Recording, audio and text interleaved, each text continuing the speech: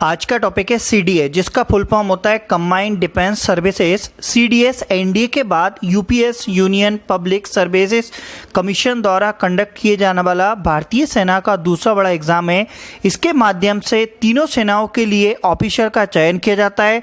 CDS exam के माध्यम से आप Indian military academy, air force academy, Indian naval academy और ऑफिसर्स ट्रेनिंग एकेडमी के 1 से 1.5 साल के ट्रेनिंग प्रोग्राम के लिए चुने जाते हैं और इसमें परमानेंट कमीशन ऑफिसर और शॉर्ट सर्विस कमीशन ऑफिसर दोनों के ऑप्शन होते हैं।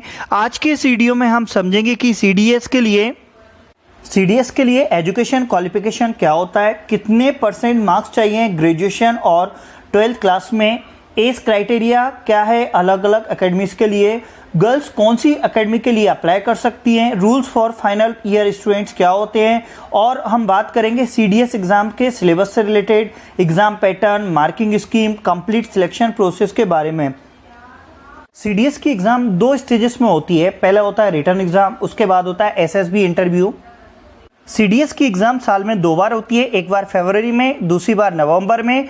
सीडीएस फर्स्ट एग्जाम की डेट्स के बारे में अब बात करेंगे अपन। तो सीडीएस फर्स्ट का नोटिफिकेशन अक्टूबर में आता है। सीडीएस फर्स्ट की लास्ट डेट होती है अप्लाई करने के लिए, फॉर्म भरने के लिए, नवंबर तक रहती है।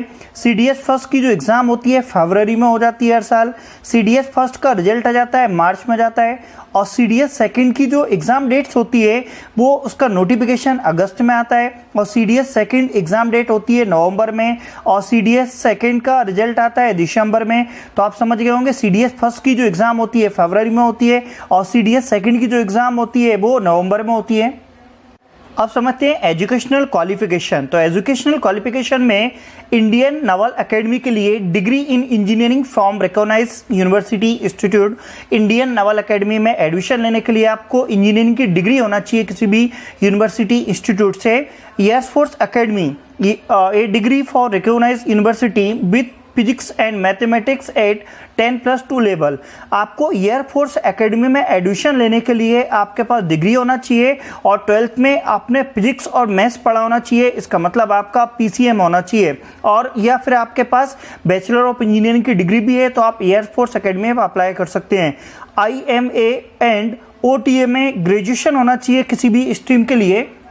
फाइनल ईयर के स्टूडेंट भी सीडीएस एग्जाम को दे सकते हैं। तो आप समझ गए होंगे इंडियन नेवल एकेडमी के लिए क्या क्वालिफिकेशन चाहिए, एयरफोर्स एकेडमी के लिए क्या क्वालिफिकेशन चाहिए, IMA और OTA के लिए क्या क्वालिफिकेशन चाहिए। अब बात करते हैं एज लिमिट के लिए। तो इंडियन मिलिट्री एकेडमी के लिए 19 to 24 ईयर्स होना चाहिए मैक्सिमम। एयरफोर्स एकेडमी के लिए 19 to 24 ईयर्स होना चाहिए। इंडियन नेवल एकेडमी के लिए 19 to 24 ईयर्स होना चाहिए।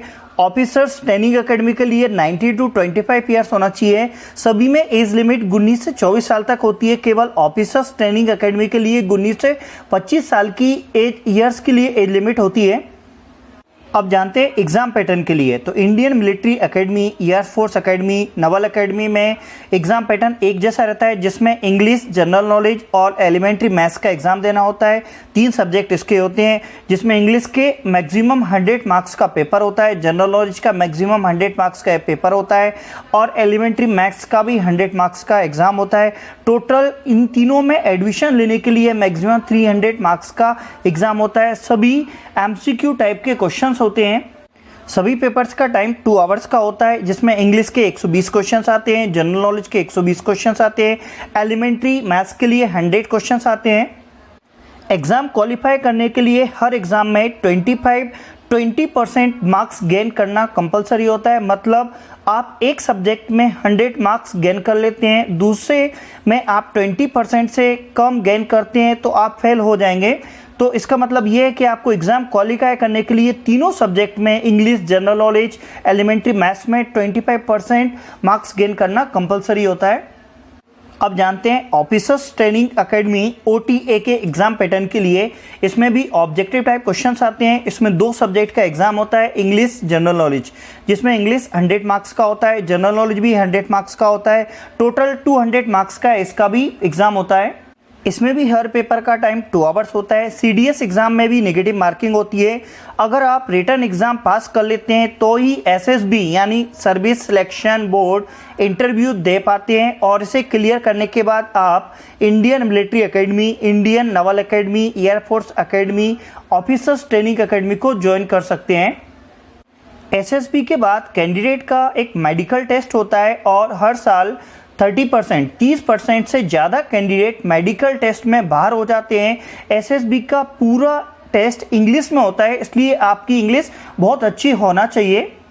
अब जानते हैं CDS के एग्ज़ाम के कट ऑफ के लिए, तो जिसमें एयरफोर्स एकेडमी के लिए जो कट ऑफ होता है 135 जाता है out of 300, Indian military academy के लिए जाता है 125 125 out of 300, Indian Naval academy के लिए जाता है 110 आउट ऑफ 300, और ऑफिसर्स ट्रेनिंग एकेडमी OTA के लिए जाता है 80 out of 200। Paper wise cut off in English, GK, mathematics के लिए 20% होता है। कट ऑफ फिक्स नहीं होता है, ये कट ऑफ हर साल वेरी होता है।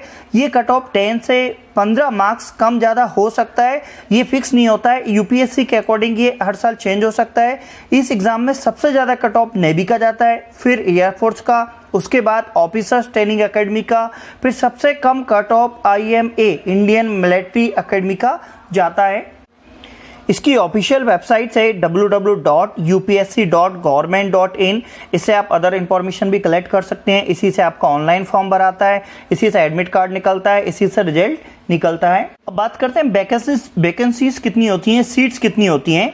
तो इंडियन मिलिट्री एकेडमी में 100 सीट्स होती हैं, 100 सीट्स होती हैं।